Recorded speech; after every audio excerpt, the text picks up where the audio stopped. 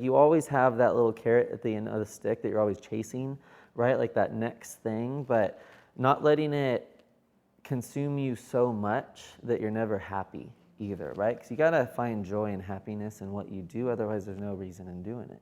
And so, but you also don't want to ever be satisfied with where you're at, to where it's like you just end up becoming complacent, right? Yeah. Because complacency is gonna, I mean, for me, it's like complacency ends up ruining business. So there's that fine line between being complacent, which is happy with where you're at, but also not having any ambition towards anything else. And you got contentment, which is happy where I'm at, but I want to go somewhere else. So you want them to be content.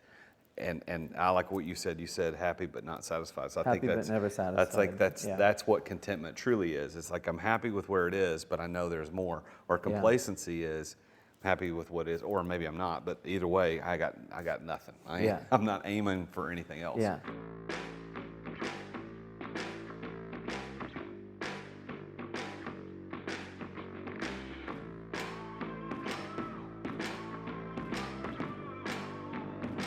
In today's ultra-competitive business world, being a successful entrepreneur or business owner can be very challenging.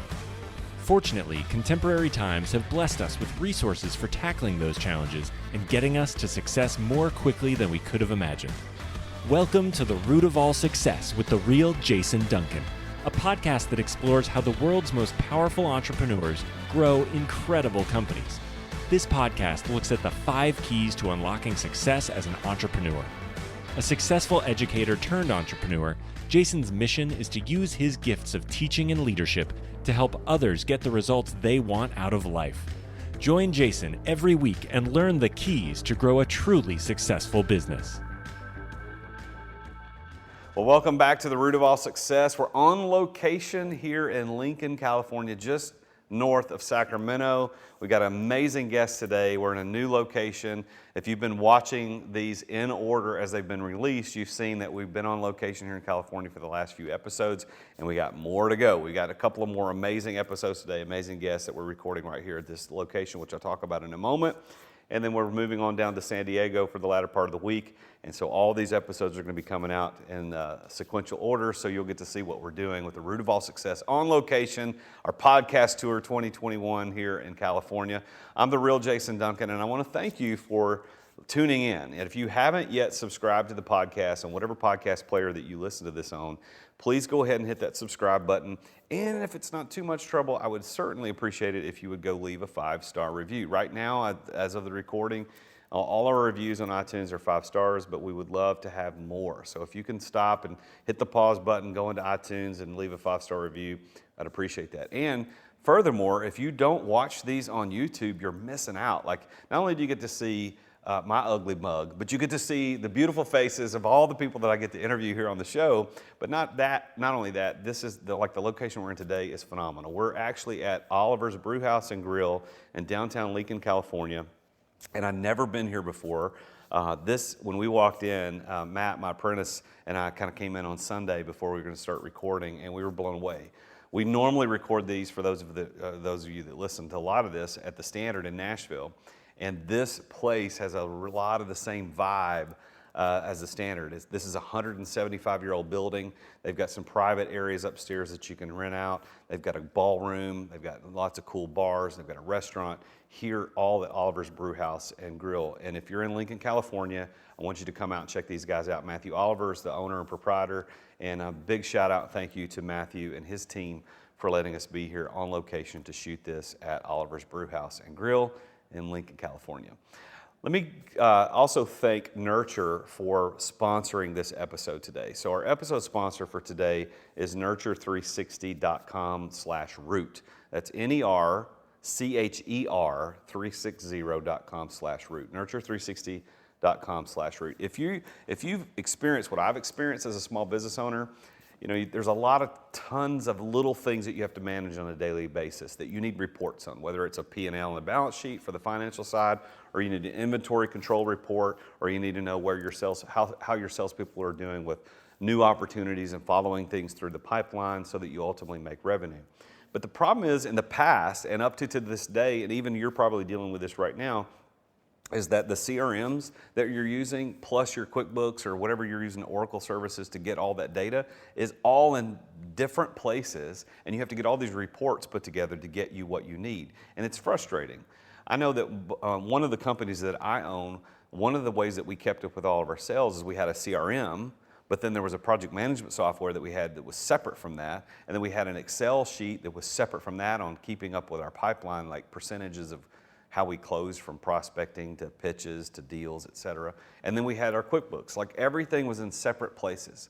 Well, that is until we put Nurture 360 into place. Nurture 360 is a fantastic all-in-one tool that helps you see, as the owner, everything you need to see in one dashboard.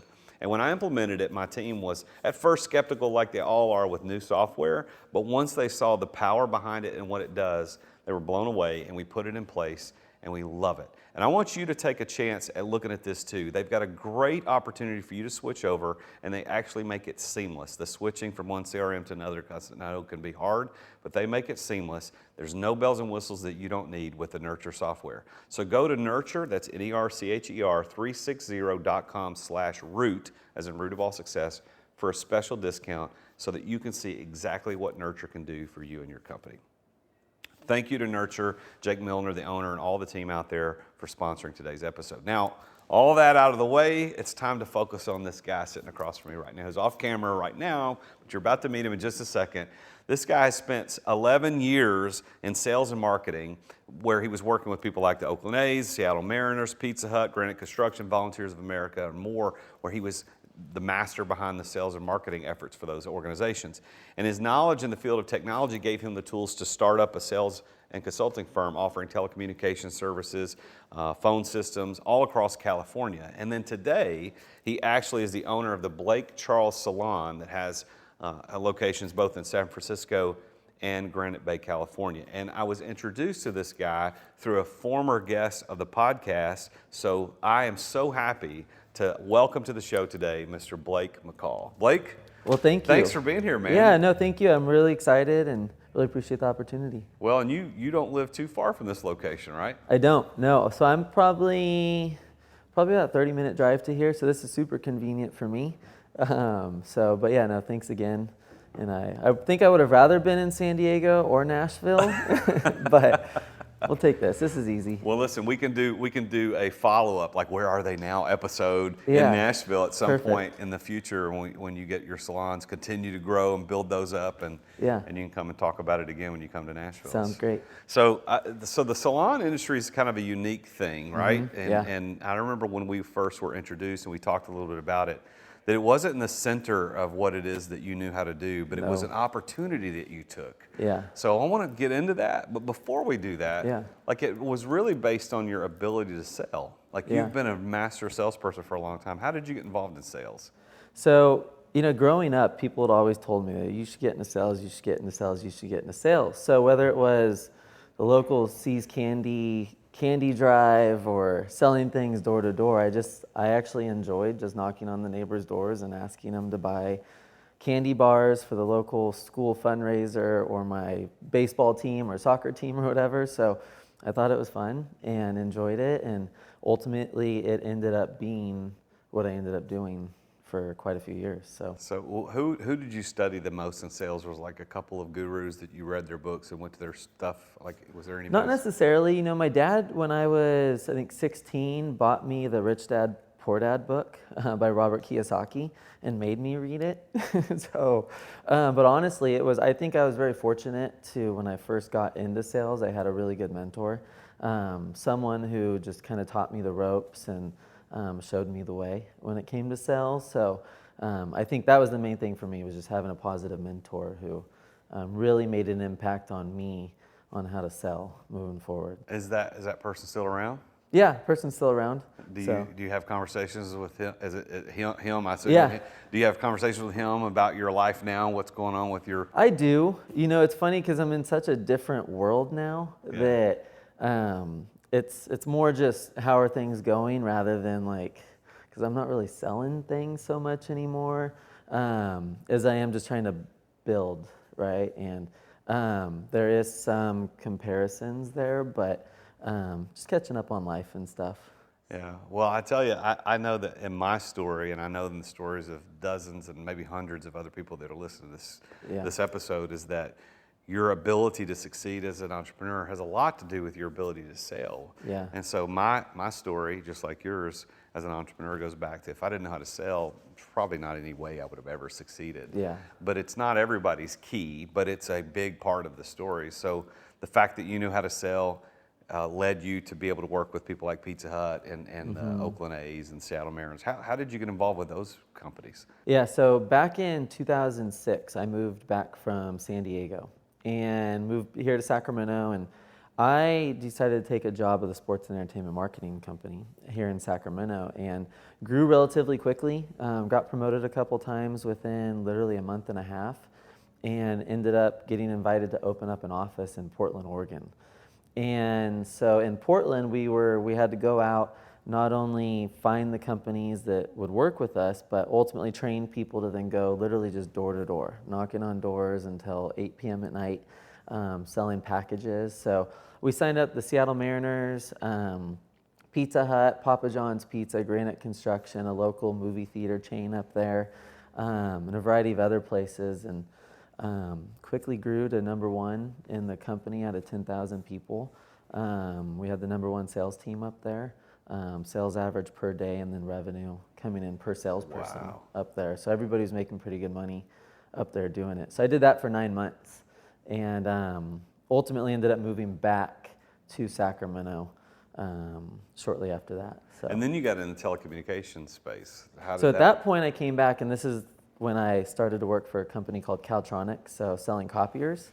So I was selling copy machines, again, door to door, knocking on doors, just trying to find someone who's looking for a copy machine, which most people buy every 3 to 5 years. I'd say the average is about 4 years. So going out and finding the companies who, one, need a copier, and then two, if they're in the market. So, I mean, you'd see 100 people minimum before you'd find someone who maybe was buying a copier in the next 6 months, right? So, I mean, it's a lot of knocking on doors in order to find just an opportunity. So you've got the experience of knocking on residential doors, selling packages for all Yeah. those companies you mentioned a moment ago. Yep. And then when you got with is it Caltronics? Caltronics, When you yeah. got with Caltronics, you're selling copiers. Yeah. But again, door to door, but it's now business doors. Yeah. If you could only choose one door to knock on the rest of your life, if you had to go back into sales, Oh, would it be God. residential doors or commercial doors? I think commercial doors, because I think I related on a different level to business people, I think, than I did, because I grew up around entrepreneurs as well. So, I mean, I watched my mom grow a business from, shortly out of a divorce, ended up getting remarried, and I watched her while raising my little brother and I build a successful business from home while making sure breakfast was made, lunch, dinner, picking us up from school, dropping us off at sports, president of the Little League, like kind of ultimate mom, right? And so to watch her kind of go from, we were kind of dirt poor when I was little, to build a successful business, it was just something I related to later in life. So when I'd meet people who had similar stories or whatever, it was just relatable to me. And I think I connected to business owners on a different level. So it was fun for me. Well, I didn't know the part about your mom. So what business does she have? So my mom at 16 started working in law offices, and that's been her career ever since. So I think it's over 40 years working in law firms. And so when I was probably 8 years old or so, 9 years old, she started a company called Legal Administrative Services from home, just doing all the bookkeeping, accounting, office management, and that kind of just slowly led to multiple things like marketing and HR, and kind of doing those things for small law firms throughout Sacramento. So she built kind of a virtual assistant for the law firm industry. Is that kind somewhat, yeah. like but they're typically on site, maybe 1 to 2 days a week, and then most of the work's being done remotely. So. And does your mom still have that company today? Yeah, she's retiring the end of this year. So. Now, what does retiring for her mean? Is she selling the company, or is she just kind of, what is she doing with So that? she sold it to an employee of hers who's been working with her for years. So they worked out a deal that kind of works out for both of them and allows Amy, who's been there for as long as I've known, really, to continue on with the company moving forward. So Wow, that's yeah. awesome. So your mom, as a single mom, was able to do that and persevere and build that. And unbeknownst to her and to you, it had a major influence on your life moving forward. Yeah, it did. And my dad is a landscaper, literally still mows lawns to this day. So I think that just the combination of work ethic between the two, my dad was kind of didn't even finish high school. With the family he was raised in, I mean, it was most of the kids didn't finish high school. It was kind of a single mom situation for a large portion of their life, with 8 kids. So it's hard to raise 8 kids as a single mom, right? And so dad was in and out of prison, running from the police, and they had moved cities, jumping city after city because they were on the run, and then dad ended up out of the picture. So my dad, all he knew as he got older was just work ethic, right, and hard work. And so I watched him go from servicing heavy equipment when I was a little kid, coming home late at night, and then ultimately after the divorce he started just mowing lawns. And I remember being out there with him, just literally passing out flyers door to door. Like I was, I think, maybe 7 years old, and I was out handing out flyers to and just putting them on front doorsteps if people weren't home. For my dad's McCall's landscaping and maintenance, just literally just helping them just go house to house. And is he business. in this area doing that now? He is, yeah. So he's all in an area called Folsom, kind of Granite Bay, Eldorado Hills. His whole concept was, look, you can make good money doing whatever it is if you do it right. And so he has very little drive time between jobs. I mean, he can park in one location and knock out 10 jobs. That's the secret. From one location, yeah, right? Landscaping, that's the secret. Yeah, so. You got to stop loading and unloading. You just unload one time and do every yard Exactly. in the neighborhood. Yeah, so when you can literally edge all 10 yards, mow all 10 yards, and then blow off all 10 yards, right? I mean, you can do fairly well, just one and after another. And how many siblings do you have? I have one sibling, yeah. Brother? A little brother. Little brother. Yeah. And so is your little brother involved in any entrepreneurial pursuits? So he's finishing up law school right now. So following more mom and then stepdad, who was my stepdad, his biological dad, who's now a judge, was a lawyer as well, and also strong work ethic.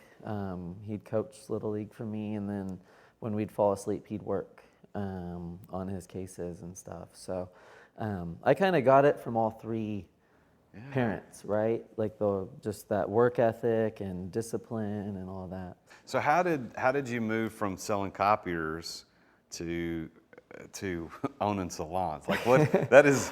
Like that's not, like your whole career is door-to-door sales, whether it's residential, selling landscaping as a kid, selling residential stuff packages, selling copiers, and okay, I'm going to open salons. How in the world did that happen? So if you would have asked me I've been in the salon industry now a little over 3.5 years ago.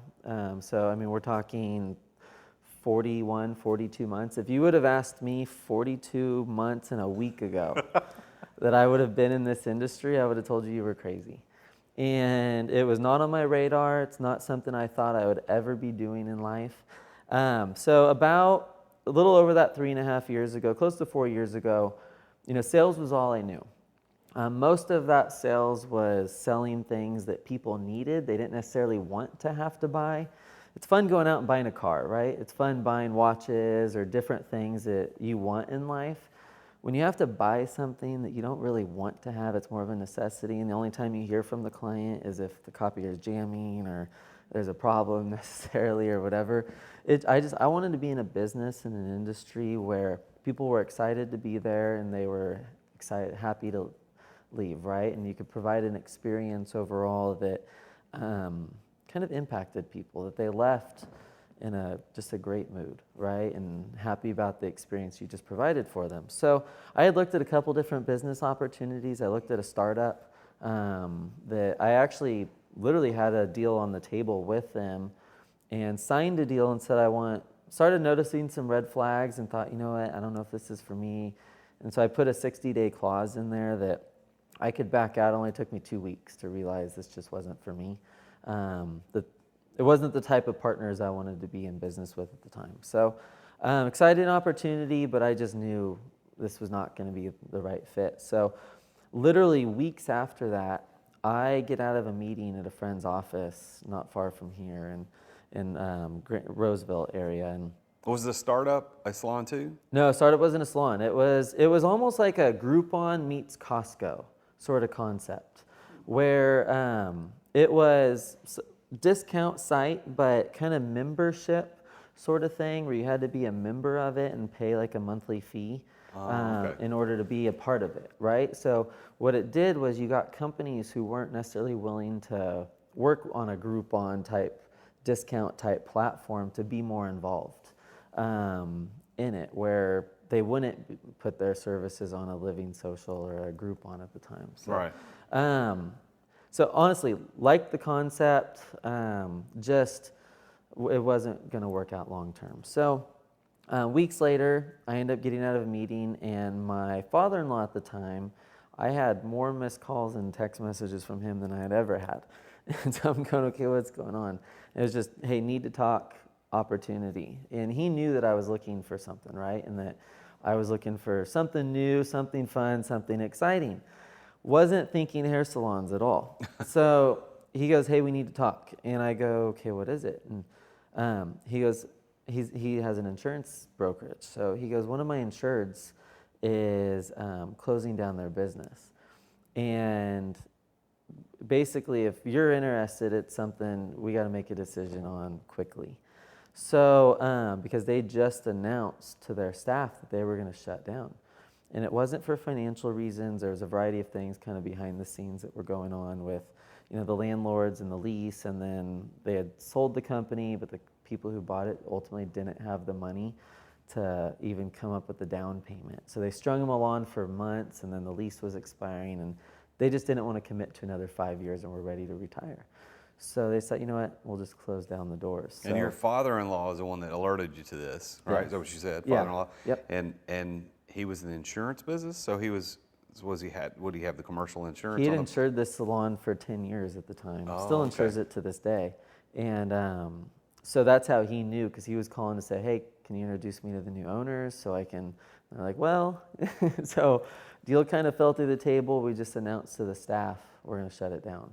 Wow. So, why do you think, and I want to get back to that story, but I Yeah. want to interject this question. Why do you think people would even entertain, let's just shut it down? Like, I don't even Yeah. understand. That is so far beyond the pale of comparison, or pale of possibilities for me Yeah. to just shut a business down and walk away. Yeah. Like, I don't know. Why do you think people do that? Why do they even want to do that? I don't know, because, the funny thing is, I think that rather than shutting it down, I think my last resort would have been, there was a handful of employees there that had been working there for years, right? Why not, even if you're going to just shut it down, why not give them the business, right? And let them run with it. You had a general manager in there who had been there for 16 years at the time, right? Running the place for 12 of those 16 years. So, I mean, my mindset would be, let's transition this to a few people. We've trained them for years on how to run this business, right? It's kind of turnkey at this point. It's got a clientele. It was financially doing well, right? It had nothing to do with financials from that standpoint. So you would think that would have been probably that would have been the route I would have gone if I were ready to retire and not wanting to personally commit to another 5 years on a lease, right? But ultimately, that wasn't the case, which I'm You're not the gonna beneficiary complain of that about. decision. Okay, so back to the story. Yeah. So they had a buyer on the line. They were going to sell it to some other person. Yeah. For whatever reason, you may or may not know, but for whatever reason, it fell through. And then they decided, we're still going to shut it. We're done. We got to be in Cabo next week, so we're out. Yeah. Or whatever their story Yeah, was. yeah. I'm leaving. Yeah. And you found out about it. So that was on what day of the week? Do you remember what day of the week it was? Yeah, so that would have been probably like a Wednesday or midweek sometime. So midweek you get the call, and then what happened It was next? midweek because I was actually going on a little golf trip in the Pebble Beach area just right after I got that call. So I'm then for 3 days in Pebble Beach playing golf, right? And so I have the owner send us 4 years of financial statements, and I'm looking at it going, this is a no-brainer, right? There's risk here because they announced to the staff that they're leaving, and now staff are starting to interview elsewhere, right? So there's some significant risk from that standpoint because a lot of that revenue could be walking away at this point, and I don't know that yet. So I then went from reviewing the financials to literally meeting the owner on the way back from Pebble Beach, in between Pebble Beach and San Francisco, at a Starbucks in Benicia, California, and to sit down and talk to him about it, right? And so this is now 3-4 days, 5 days after finding out about it, and then literally days later in the salon introducing ourselves to 63 employees. So you find out, you're in the middle of a golf trip, and you end up meeting the owner on the way back from the golf trip or somewhere in the middle, but then at what point did you make the final decision? Do you remember, I'm doing this? It was almost, it's funny how things can just work out, right? And you talk about like timing and being in the right place in the right time and all that, right? So I happen to have my CPA golfing with me in Pebble Beach, right? What are the chances, man? Yeah, and I'm taking him golfing, right, at this golf course there. And so I have 3 days of golf for him to sit there and review financials, right? So we're going through the 4 years of tax returns, and I mean, he's going, this is a no-brainer. Yeah, there's risk here, but even if you lose some revenue at the end of the day, like the salon was so profitable at this point and doing so well that even if you lost a little bit of it, you're still going to be okay here, right? And if you're profitable and you have chairs to fill, right, it's like you're doing all right and you have room to add people. So it was a no-brainer, honestly. And did I ever think salons? No, but I think for me in life, whether it's a hair salon, a sales organization, whatever it is, I think what I wanted to do was be able to inspire and help people grow, right, personally and professionally. And I think being able to take that sales background, right, into a business where that's not something they would typically think about, right, is, okay, yeah, they want more people in their chair, they want all these things, but how do you get more people in your chair, right? How do you build revenue as an individual hairstylist? That's not something that most hair salon owners or a stylist really think about in that way, right? So when you can take a hairstylist and just sit down and go, okay, here's your numbers, like month over month, right? And okay, great, you want to grow your revenue by X. That's great, but how are we going to get you to X, right? What are you going to do on a weekly basis, monthly basis, between social media posts, all these things. So just sitting down and planning out with a hairstylist is unique to the industry to a degree, right? But that's where I think coming in without any experience in that industry was so beneficial, though, because you could look at it from an outsider's view and not just this way that the industry kind of was for the most part. And I'm not different. I mean, there's salon owners like that too who definitely do that, but most don't. So. Well, I think that having that outsider's perspective certainly helped, and I would agree with you there. And that's the reason why I encourage people as entrepreneurs to hire coaches. Yeah. Because that coach can give an outside perspective to you that you don't have. And you buying this business from outside the industry and sitting down with a hairstylist who's always done it the same way, fantastic as a technician, but probably not really good as a marketer to get more people, or a salesperson to get more people in the chair. So I think that's probably good. But I got a question for you though, Blake. To even be in the position to buy a company like that, how had you accumulated enough capital? Was it through the sales organizations to purchase a company? Now I also understand that they were about to shut it down. You don't have to reveal any of the money stuff, but like they were essentially gonna die. And you walk in and say, I'll take it. So it couldn't have been a ton of money, but like, how did you get the money to do that? I mean, so the funny thing about it is because there was risk now, right? Ultimately, if we would have been in the picture 2-3 weeks prior, right, to them announcing to the staff, it's like, it would have been a different story as far as the amount of money they were looking for at that time. Because if you're talking about a multiple, right, on net income or something, I mean, you'd have been talking 10 times more than what it ultimately ended up getting it for. And not only that, but it's like the profit, the money was mainly paid out of first year's profits too. So it was very little out of pocket. I think there were so many expenses, there was a lot of expenses. You would think walking into a business is kind of turnkey and all that, that it wouldn't have been a whole lot, but I mean, it's a 9,000 square foot salon next door to Dolce & Gabbana, right? So it's not, the rent's a lot, so when you're adding up 2 months of rent, it's a lot, and all the other things that come along with it. So I think that there wasn't as much as you would think walking into a business that had been established at that point for 22 years in downtown San Francisco. But it has your name now. Is that the name it was before by coincidence, or did you change the name? No, so the name was Cozza Salon. So the well-known salon. It was one of the 2 salons kind of ranked by leading salons of the world out of San Francisco, a top 100 salon, Kerastase Salon worldwide, biggest salon in the city. And so it was well-known, well-established. It was just 2 guys ready to retire. So Joseph Cozza actually stayed on up until COVID hit, working part-time. And the deal was 3 years to be able to use the Joseph Cozza Salon brand. And then it had to rebrand or talk about a new deal at that point. But I ultimately chose to rebrand it, mainly for one reason, that while the salon, well-established, people know the brand became a little outdated too, where they hadn't, marketing to a younger generation and the next generation of clients wasn't necessarily happening for all those years, for the last 5-10 years, right? And so the staff had gotten older, the clientele had gotten older, and the mindset of hairstylists around the city was that it was an older salon. It was the who's who of San Francisco. You can't afford to go there, and it's older people, right?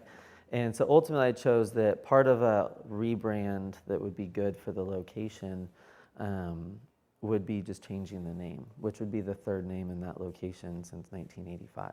And the name is? Blake Charles Salon now. And where did that name come from? So my name is Blake Charles McCall. So it is your first and middle name, huh? Yeah, so it's my first and middle name, and I always liked the ring of my name for whatever reason. So it really came about. I ended up taking over a location, a salon that was was going out of business in Granite Bay. And this is where I'm from. Granite Bay was kind of home for me, the region. And I thought, you know what? I have a goal of having a salon in a few different cities across the country. Really taking more of the Thomas Keller model. He's in the restaurant world, right? The French Laundry and Bashan and these different places. And he's in mainly Napa, San Francisco, LA, and New York at the time. And I was like, it's really the concept I wanted for a salon. I just wanted to be high-end luxury salon in a few different markets. And then home for me, right, is Sacramento and Granite Bay and that whole region. So had an opportunity to take over a salon. December 1st of 2019, I took over a salon that was losing $10,000 a month and knew quickly that I could eat away at a lot of that just based off of high expenses that I knew I'd be able to cut down by renegotiating contracts between the lease and even little things. I mean, I know telecommunications, right? So, and even just simple things like phone and internet contracts. I knew they were overpaying there, and they were undercharging rent onto the stylists who were renting chairs. It's like, this is a no-brainer, right? And this is the mindset of all the some of these salon owners out there, where it's like just trying to fill seats, but you're charging less than, there's not a salon within 3 miles of here charging less than that. And you're like $200-$300 less a month than the next. Where are they going to go even if you raise it $300, right? So I looked at the market, figured out what people were charging in the area, went, and it's not about raising people's rents and just wanting to get out of every penny out of a stylist, but it's about building a business that will be here long term and providing a location for these stylists to thrive in, right? Were you able to take the Granite Bay location that was losing money? Has that turned for you? I know you did it at a terrible time. You didn't know it was a terrible time, but you did it at a terrible time. Has that been able to flip for you, or still kind of? So there was a lot of work that needed to be done in the salon. So I literally had a grand opening party the last week of February of 2020. Wow, in California. Where we're the first to close and like the last to reopen, right? So I mean, grand opening party, February 2020.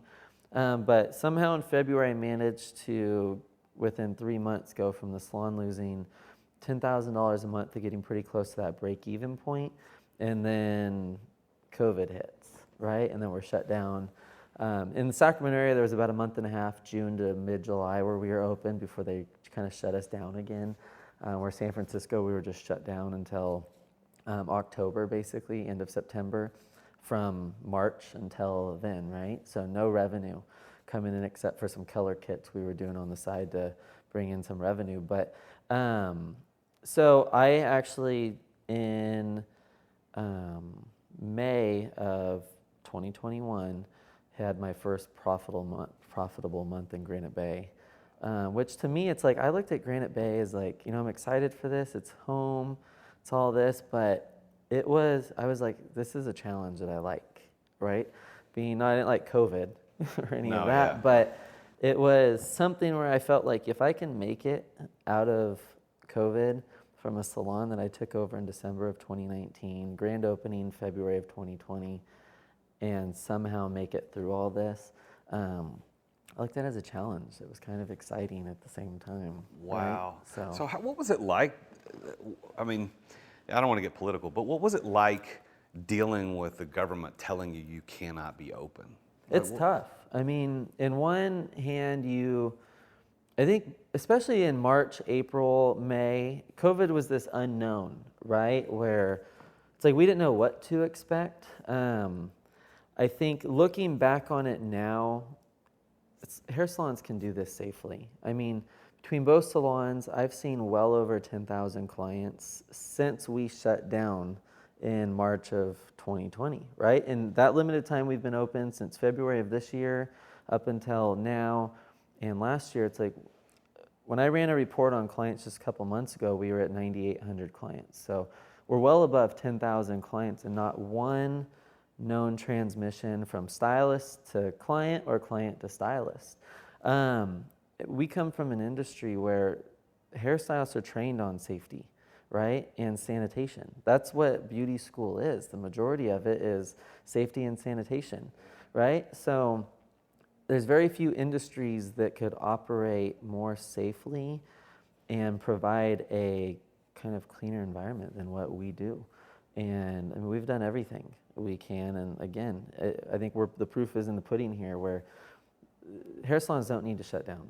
It doesn't add to COVID. It was tough.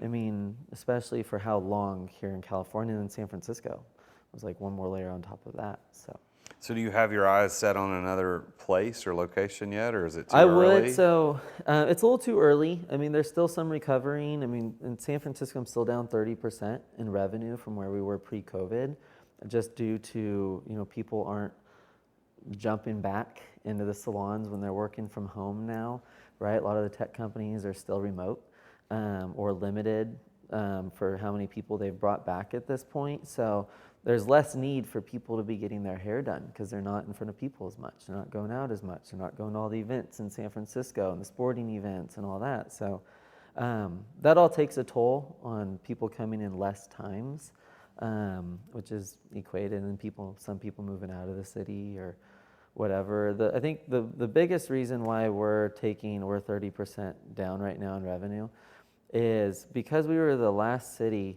to open. And this fly, for those of you not watching this, we said there was a fly in this room, and sure enough, before it's over, it's going to land on one of us, and it is now circling Blake. This is our Mike Pence moment right here.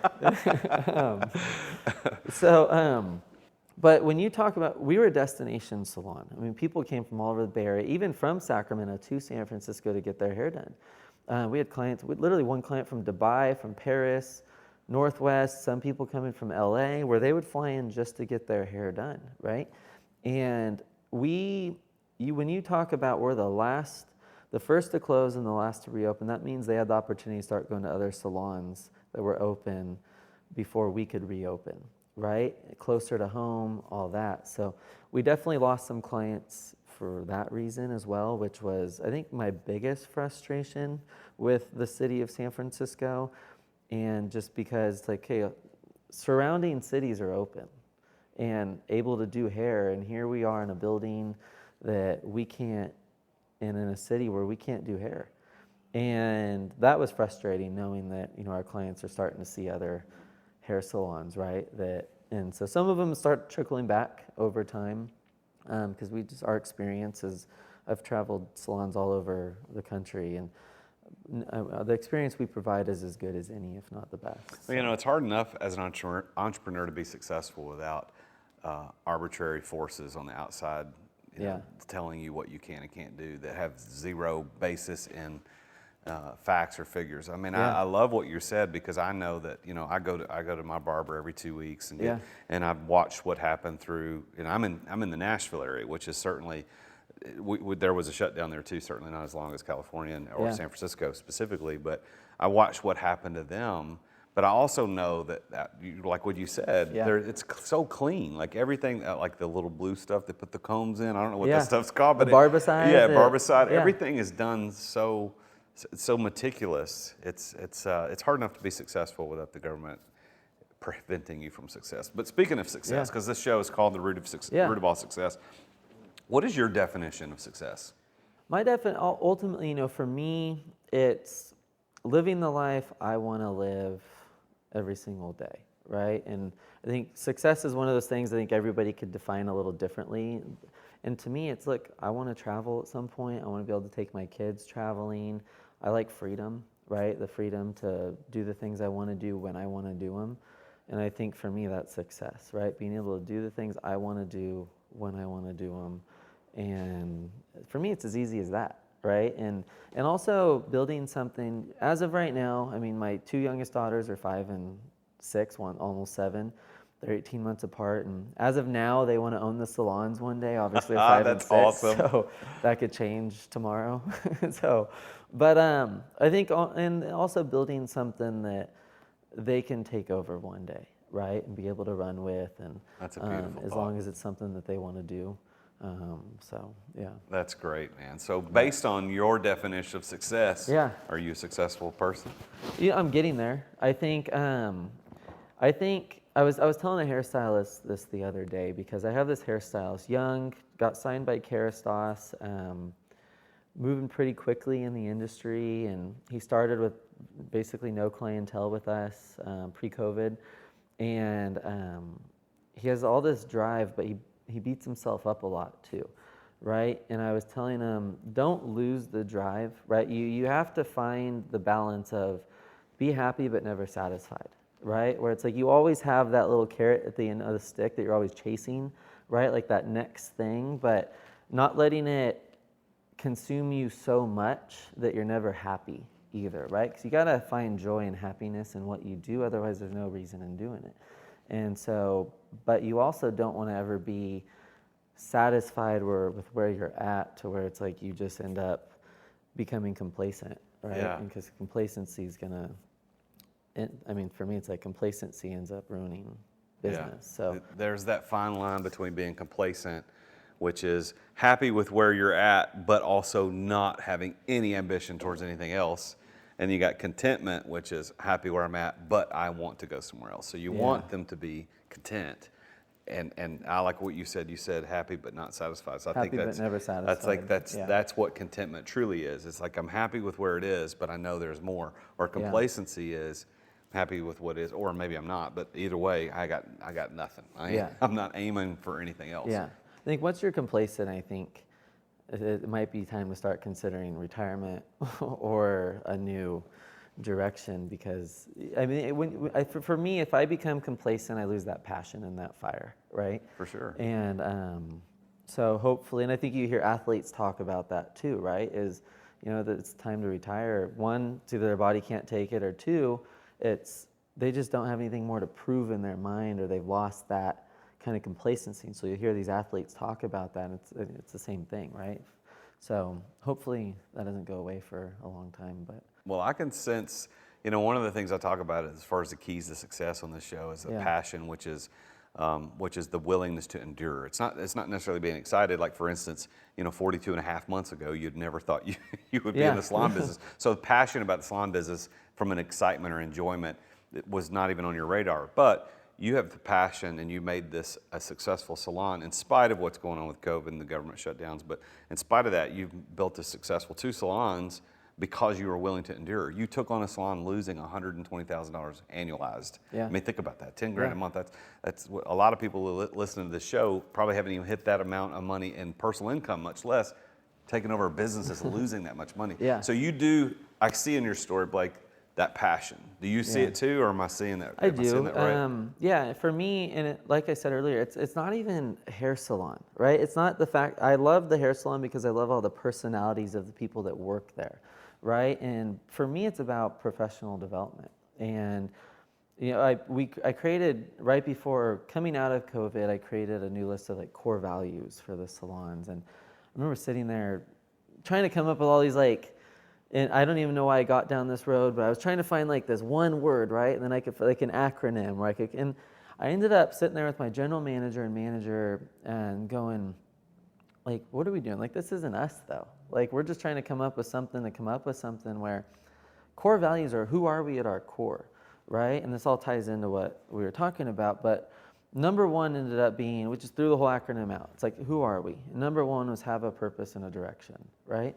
And ultimately, that's what I enjoy doing as a leader of the business is how do you help people find purpose and direction? Because if you can help people understand their purpose at work in a direction that they're going, and then in life too, right? It's like, well, that's, I think, what leads to happiness for me. If I know my direction that I'm going and the purpose that I have, I'm happy. When I talk to people who are lacking like this kind of excitement for life, it's like, well, what's your purpose? And they're like, and they have to, and I don't know.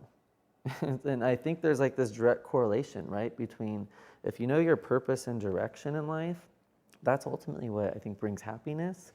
And so whether it's a hair salon, a sales organization, real estate, mortgage, insurance, whatever it is, right? I think it's about professional development, helping people grow and finding their purpose and direction. The industry doesn't matter for me. So. Yeah. Well, I think too, I can look at a couple of other points of the keys to success that I kind of isolate in these conversations is being at the right place at the right time and knowing the right people. And in your story, right place, right time was you were at the golf course with your CPA, Yeah. which is kind of the right place, right time. But you were also in the mode of looking for businesses. And then your ex-father-in-law was the kind of that right person, like, hey, I've got this opportunity that you would have never in a bazillion years even known about. Yeah. I think those are really keys to your success as an entrepreneur, right place. And I think that for whatever, why did you take your CPA golfing? What was the genesis of that? Honestly, because if he hadn't been there, it was a charity thing. I mean, and it was last second that he ended up coming on this. So my ex-wife and I had a nonprofit organization, and one of the auction items we'd kind of do each year was a weekend at Monterey Peninsula Country Club, which beautiful country club, right down next to Pebble Beach. Anyone I've taken there say I'd rather play there than Pebble Beach, right? 2 courses, both ranked in the top 100 in the world as golf courses. So it was an auction item, and someone had to bow out kind of last minute. So I called him up and said, hey, do you want to play? And this is maybe a week before we were heading out. And so he ended up coming on the trip with us to play. So it was kind of just by chance that, and it was the person who bought the auction item who ended up not being able to come, but he still sent 2 of his employees.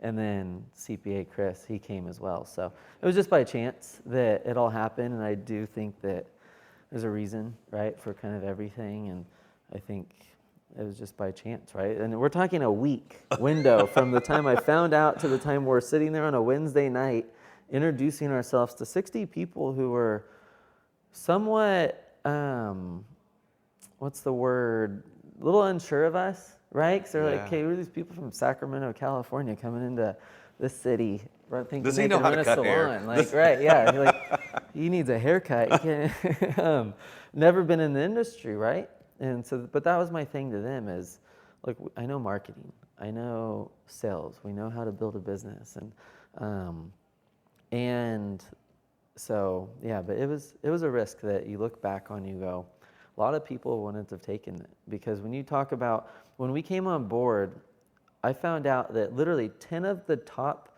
revenue generators in that salon had already interviewed, and most of the 10 had already accepted a position at other salons a block away from this location, from the location in San Francisco. There's probably 10, 12 salons within a 2-3 block radius. Were you able to save those people? Yeah, so one of the things I did, and this would be a piece of advice that I got from someone who's very successful here in town and in the Sacramento region, and I said, look, what's the first thing you would do, knowing the situation that people started interviewing elsewhere? He said, find the leaders in the salon, get them on your side, and they'll do the rest of the work for you.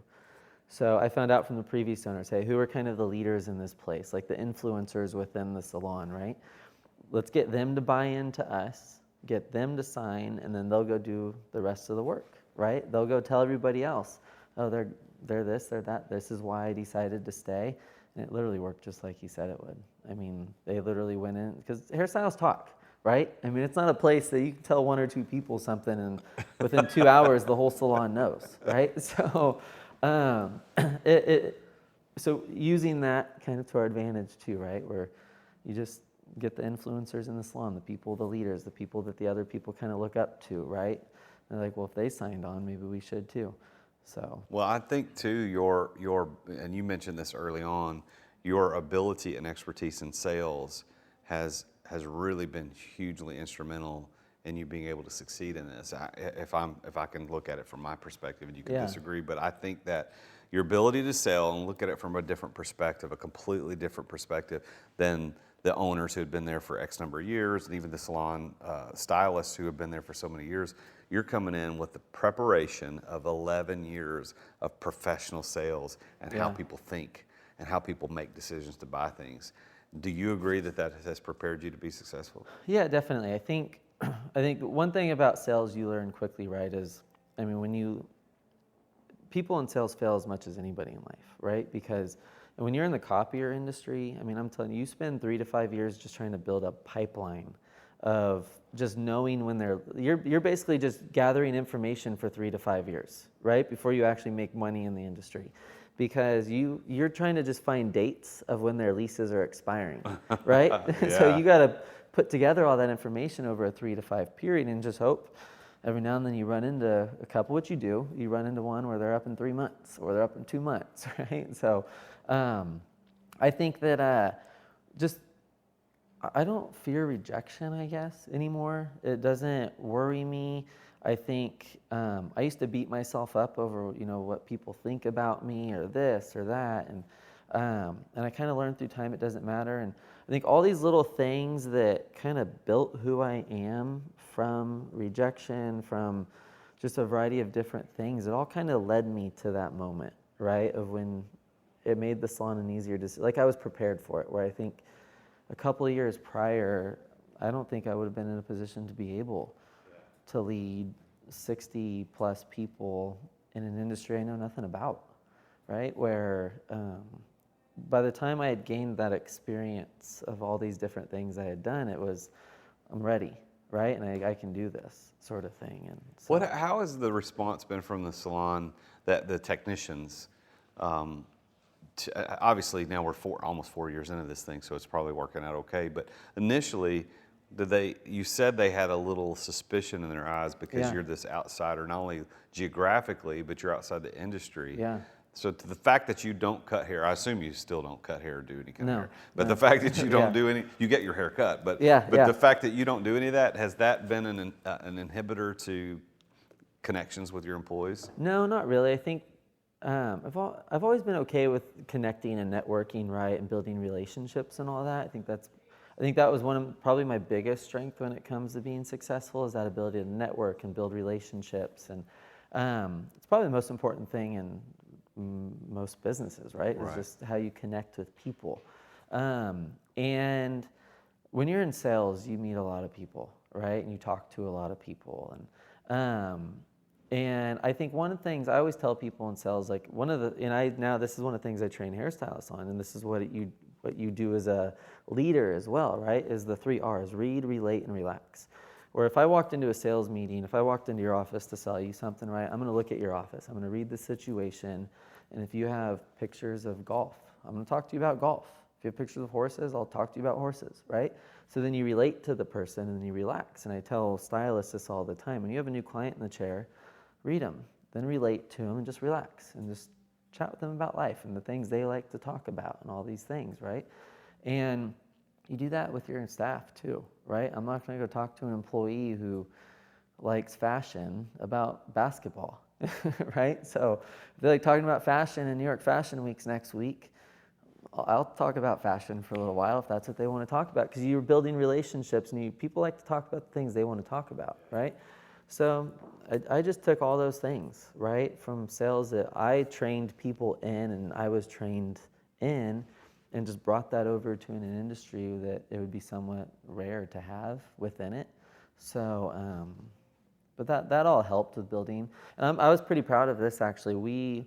So 2019, we won Best Place to Work in all of San Francisco. No kidding. And so that's coming off of, I mean, again, not being in the industry. So it doesn't matter what industry you're in. It's about leadership, providing a culture that people want to be a part of, building a culture that they understand their purpose and direction, right?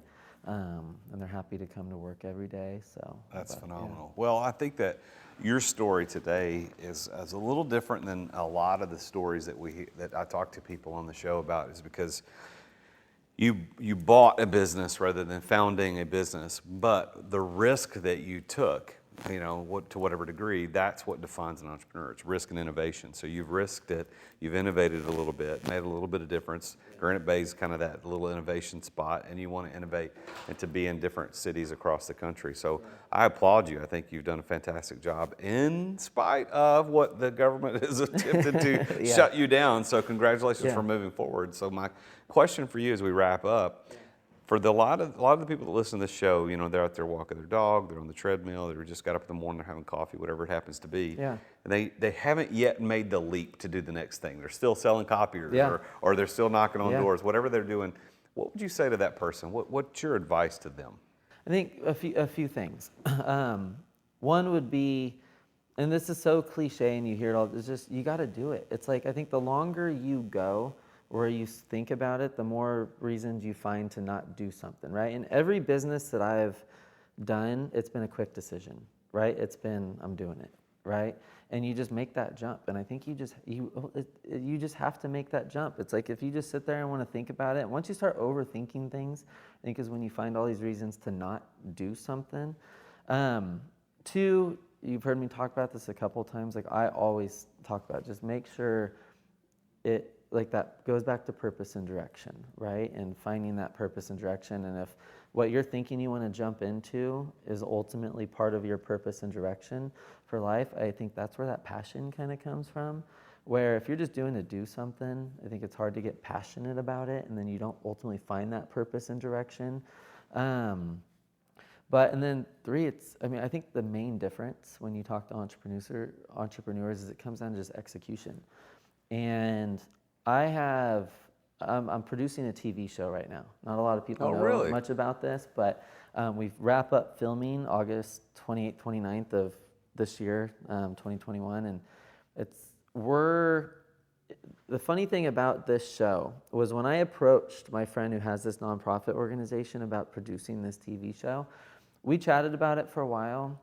I thought it was this idea new to her, right? And she goes, Blake, the funny thing about this is 2 or 3 other people have told me this would be a great show, and they had talked about wanting to do it. The difference between them and me was just executing on it, right? And moving forward with it, where they could have produced the show 2 years ago, and who knows if it would have been a great success, who knows if it's going to be, right? But the difference between them and I was I executed on it, right? And we're wrapping up filming in 2 weeks. So it's execution is so important, because you can have all the ideas in the world, and you hear people talk about, I want to do this or I want to do that. It's like, well, when? Because it's not a better time than now to jump into it. Because, and ultimately, I told my girlfriend this the other day. I said, look, and hopefully she doesn't get mad at me for saying this. I said, she has these great ideas of a couple things to do, and I said, my biggest thing is I don't want to look back in 10 years and go, I wish I would have done this or I would have done that.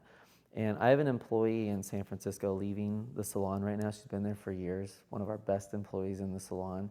But she's an artist, and that's her passion.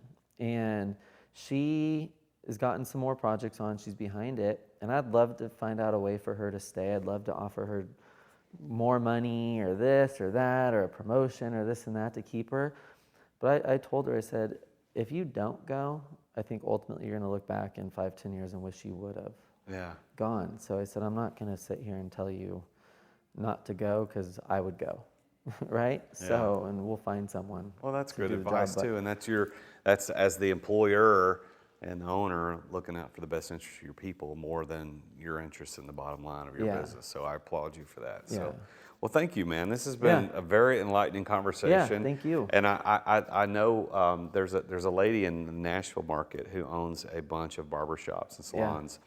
And when I first met her, I asked her, I said, so you must have started out cutting hair? And she says, absolutely not. I don't know the first thing about it. Yeah. And so it had never occurred to me that people would own a chain or multiple salons or haircut places without knowing how to do it. So obviously you're in good company because she's also very successful. So congratulations on your success. Yeah. Thank you for coming out to be on the show today. I appreciate you being here. Yeah, thank you for having me. Well, guys, as you hear us wrap up this show, again, you see that these 5 keys to success of passion and being in the right place at the right time and knowing the right people and preparation plan. We've talked about little pieces of that in Blake's story, but his story is a little different in that fact that, sure, he didn't go found that salon, but he took on this opportunity that he had to, take upon himself the risk and to innovate new ways to do things. And he came at it from a unique perspective that he had been prepared to do, where he knew how to sell, he knew how to talk to people, he knew how to look at things from that perspective, and that's made the salon be successful in spite of all the stuff that's going on with COVID in the last couple of years.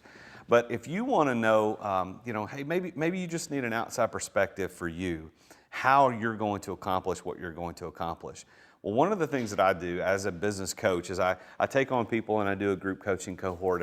I do a 12-week session with people, and it's called the Exit Accelerator. And I also do masterminds and I do one-on-one coaching. And all that costs money. But what I want to offer you is that if you want one free session with me, I do one free session every Tuesday with one entrepreneur from somewhere around the world. And the reason I do it is because I truly believe that entrepreneurs are the ones that change the world. I believe they are the ones that innovate and risk things to make our lives better. I want you as an entrepreneur to be able to get through that one issue. And so I want to give back. And I do that once a week, every week. So you can apply, sign up, whatever you want to call it, to get that one free session. You just go to therealjasonduncan.com/free coaching.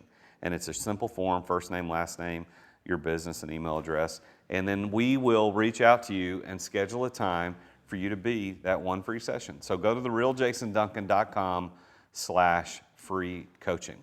Now, if you want to get in touch with Blake, I didn't ask him, so I'm going to ask him right now. Blake, how would people get in touch with you so that they can connect? Yeah, Instagram would be great. I think that's how we ultimately connected through Pierre, but at Blake C. McCall on Instagram would work. All right, so that's at Blake C. McCall, MCCALL. I'm spelling that right. So go check him out, follow him on Instagram. And if you're in the Sacramento area, San Francisco area, and you need a haircut or a style, you need your head did, as they say. If you need something done, go check out the Blake Charles Salon. I know that they take good care of you. So thank you for tuning in for this show. Please rate and subscribe. And if you're watching on YouTube, thank you. Hit that bell icon so that you get notified every time we drop a new episode, which our releasing schedule right now is 2 times a week. So I hope that you get these. And thank you again to Oliver's Brewhouse and Grill for letting us record here. I'll see you on the next episode when I sit across the table across the chair here from another super successful entrepreneur about his story to success, how he did what he did. I'm the real Jason Duncan, and until I see you next time, remember, Jesus is King. Thank you for listening to another edition of The Root of All Success with the real Jason Duncan. If you've enjoyed this week's episode, we invite you to visit therootofallsuccess.com to access the show notes and other helpful resources. Take charge of your business. Grow it from great to incredible. Join us again next time here on The Root of All Success. This podcast is a part of the C-Suite Radio Network. For more top business podcasts, visit c-suiteradio.com.